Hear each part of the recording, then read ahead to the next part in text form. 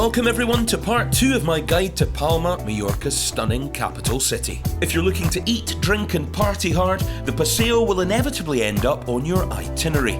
And if you don't get lucky enough to spend the night on somebody's big, long, shiny boat, you can check into any one of the numerous well-known hotels that overlook the bay.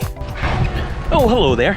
You've just caught me burning off my lunchtime paella on my super cool e-bike that requires about 0.5 calories to actually operate. I've just been cruising the section of seaside bike path that passes Palma's extremely high quality city beach. The views really are to die for if you keep your eyes towards the water. However, accidentally glance inland and you'll be confronted with this brown mirrored monstrosity. Look at it in all its architectural glory. Apparently it's a listed building, so that's good, isn't it? Playa de Can Per Antony, as it's apparently called, I just thought it was called the beach in the middle of Palma, is a fantastic lengthy playa used almost all year round by locals and obviously much more so in the sunbathing months. It's extremely handy if you want to catch some rays but can't be bothered leaving town. The water quality is generally very good and the playa is flanked on either end by 2 rather swank beach clubs where you can enjoy a well-deserved gin and tonic and a glorious sunset after a tough day lying face down on a towel while dribbling.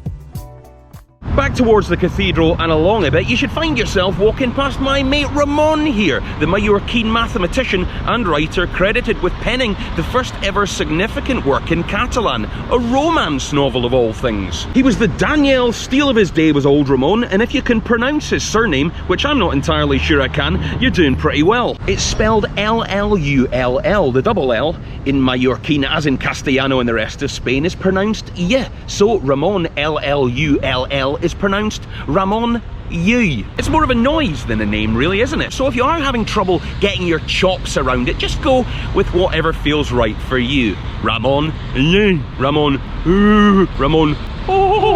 A few palm trees later and you'll arrive here at Salotja, the 15th century maritime trading post. These days this grand fortress-like building is a general purpose cultural centre, but back in the day this hall would have been packed to the rafters with merchants and scoundrels from all over the Med, North Africa and beyond, haggling over the price of silk, spices and silver.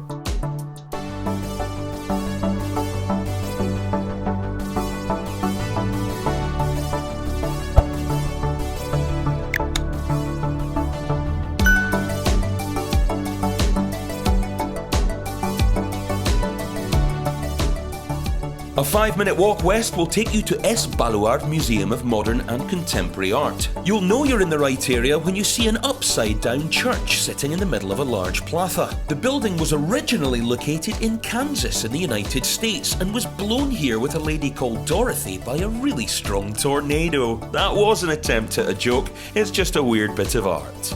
This striking museum was completed in 2004 and sits atop a Renaissance-era bastion, a 15th century upgrade to Palma's medieval defensive wall.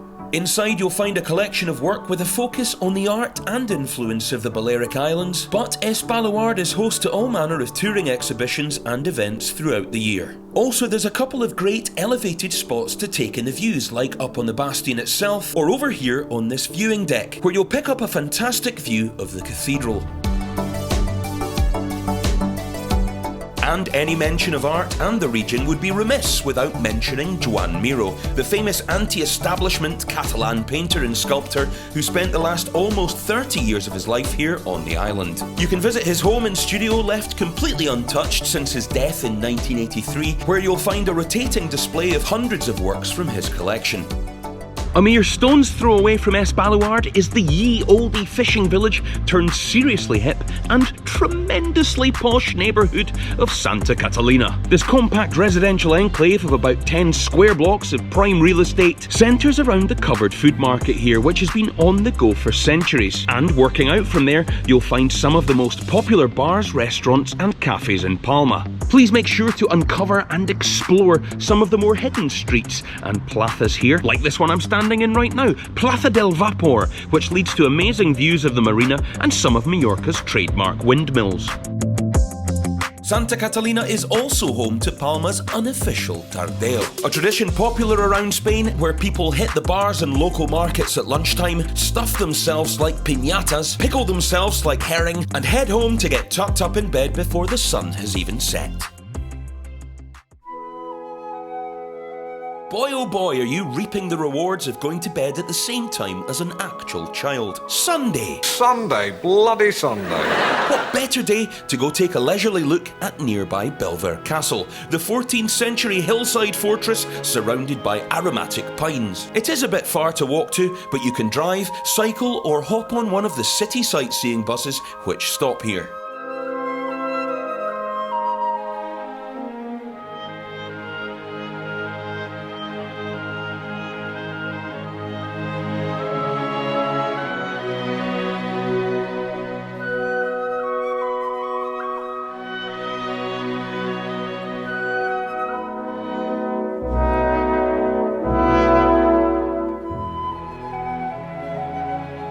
Bellevue actually means lovely view in Catalan, and when you get up here, you'll realise that the person that called it that, well, they were bang on really. Straight down there, wonderful, unobstructed views of stunning Palma Bay. What a Bellevue! And incidentally, a little factoid about this place, Bellevue is actually one of the very few circular castles in Europe. So yeah, that might come up in some pub quiz sometime.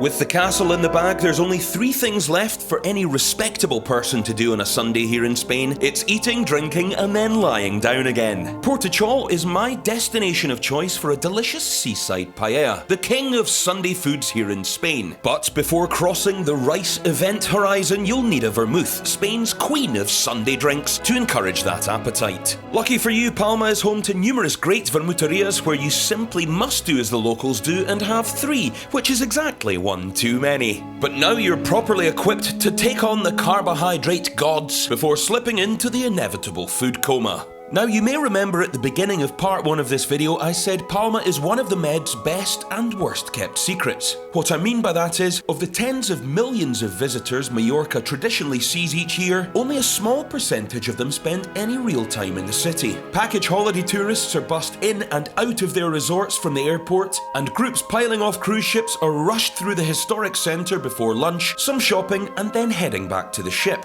There really is a whole lot to this city and the surrounding area. So my recommendation is, why not take a city break here and do it in October or November when prices are down, the crowds have thinned, but the weather is still absolutely top notch. Well folks, that's about all from this video introducing Palma de Mallorca, Spain to you, the world. If you enjoyed it, I hope you did, please click that like button. Also, don't hesitate to subscribe to the channel. It's completely free to subscribe on YouTube, so why the hell don't you? Also, I'd love to hear from you in the comments. Do you come to Mallorca much? Have you never been, but would love to? I'd love to hear from you, and I'll do my very best to respond to you. Guys, thanks so much for watching these videos. It really means a lot, and I will see you on the next one.